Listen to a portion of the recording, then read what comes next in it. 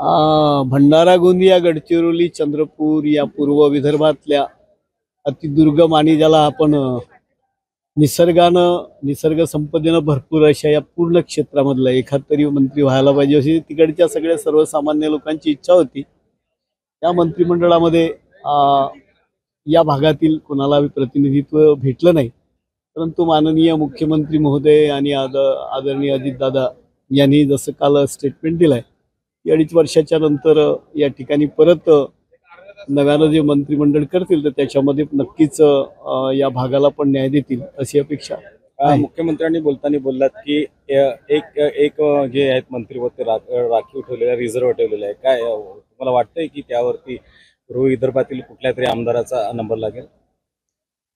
माननीय मुख्यमंत्री महोदय तसे फार त्यांचं विचारपूर्वकच सगळे निर्णय घेतात, त्याच्यामुळे नक्कीच या बाबतीमध्ये पण ते विचार करतील असं वाटतं।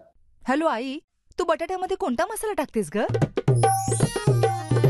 वांगी बटाटा असो की मिसळ, तर्री चणे का मसाला ढेमस जी त्याची चव बनवितो एकच नंबर मसाला सगळ्यात हा फेमस जी त्याची गोडा मसाला जी नाव हाय सुरुची सुरुची गोडा मसाला, डोळे मिटून निवडा।